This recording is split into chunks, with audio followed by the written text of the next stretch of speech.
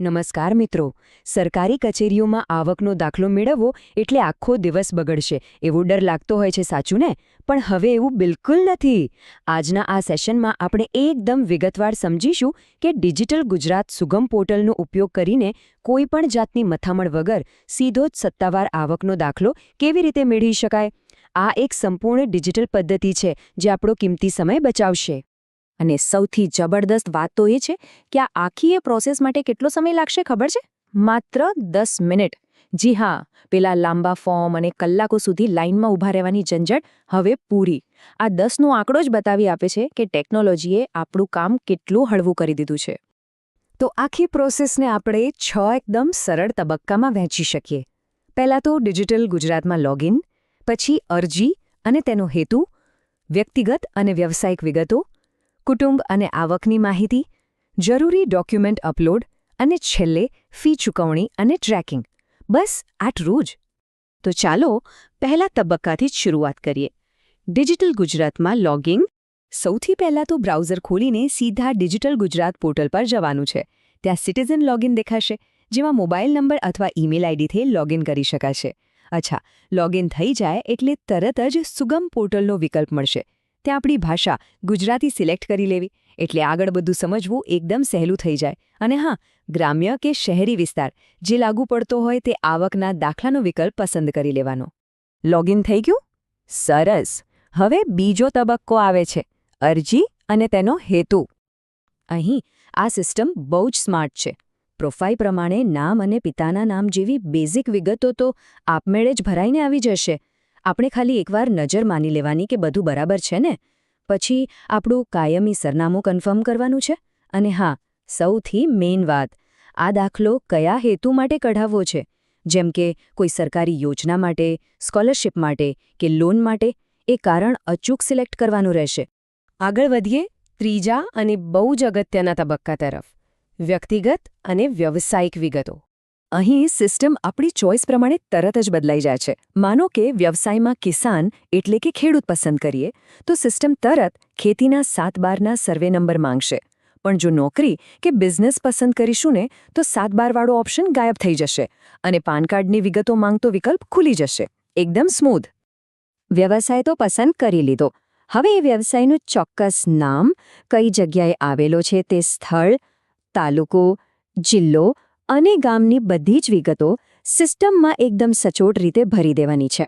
અને હવે આવે છે આખી પ્રોસેસનો સૌથી મુખ્ય ડેટા એન્ટ્રીવાળો ભાગ, કુટુંબ અને આવકની માહિતી. આમાં ખાસ ધ્યાન એ રાખવાનું છે કે રેશન કાર્ડમાં લખ્યા હોય એ મુજબ કુટુંબના કુલ સભ્યોનો આંકડો સૌથી પહેલાં નાખવાનો. દાખલા તરીકે ઘરમાં 5 સભ્યો છે તો એમાંથી કમાનાર વ્યક્તિઓ કેટલા છે? જો 2 લોકો આવક રળતા હોય તો ત્યાં 2 લખવાનું. બસ પછી એ કમાનાર સભ્યોના નામ, એમની ઉંમર અને અરજદાર સાથે એમનો શું સંબંધ છે એ બધી વિગતો ફટાફટ ભરી દેવાની. પણ ઊભા રહો, વાર્ષિક આવક એટલે બરાબર શું? અહીં બહુ જ સ્પષ્ટતા રાખવી પડશે કે આવકનો જે આંકડો દાખલ કરીએ છીએ એ ફરજિયાતપણે પાછલા નાણાકીય વર્ષનો જ હોવો જોઈએ, એટલે કે ગયા વર્ષની કમાણી. આ બહુ ક્રુશિયલ પોઈન્ટ છે કારણ કે એના પરથી જ દાખલાની માન્યતા નક્કી થતી હોય છે. અચ્છા, આમાં એક જોરદાર ટેકનિકલ ફીચર પણ છે.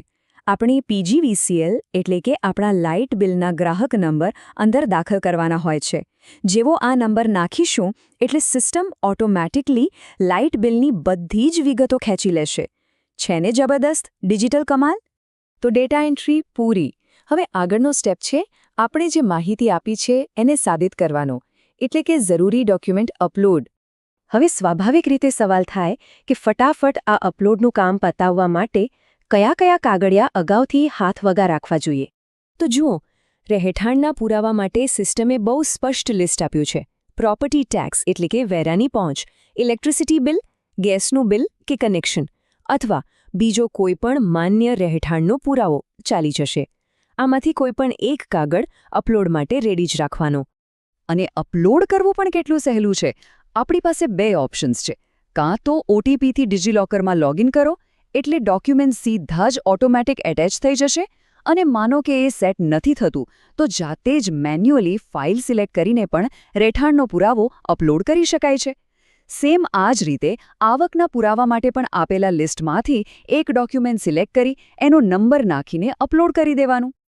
વાહ, આપણે તો છેક છેલ્લા તબક્કે પહોંચી પણ ગયા. ફી ચૂકવણી અને ટ્રેકિંગ. હવે આપણી આ ડિજિટલ મહેનત એક પાક્કી સરકારી અરજીમાં ફેરવાઈ જશે.